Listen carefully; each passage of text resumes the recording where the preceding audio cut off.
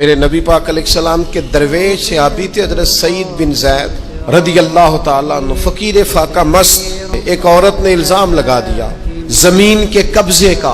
मैं कैसे आपसे कहूं कि जब लोग किसी ऐसे शख्स पर जिसने जिंदगी सारी दयानतदारी से गुजारी हो, हजरत सईद इब्न ज़ैद पर इल्जाम लगा दिया।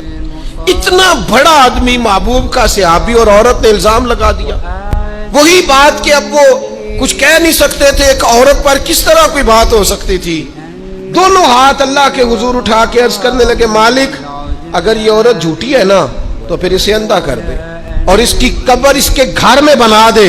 सहाबा फरमाते हैं कि हजरत सईद इब्न ज़ैद का तो विसाल हो गया, जमाना गुजर गया, लेकिन हमने फिर उस बीबी को अंधा होते देखा है। फिर उसके घर में कुआं था और हमने उसे अपने ही घर के कुएं में गिर के मरते हुए भी देखा है।